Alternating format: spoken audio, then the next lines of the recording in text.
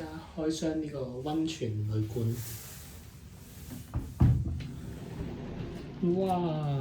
佢梗係以為我哋隻龜攞嚟浸溫泉，然後佢仲接咗兩隻龜。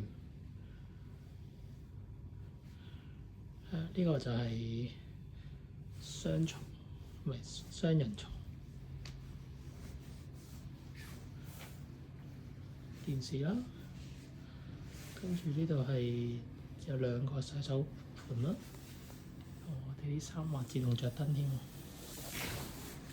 跟住呢度就係一個沖涼嘅地方，仲可以望到出面。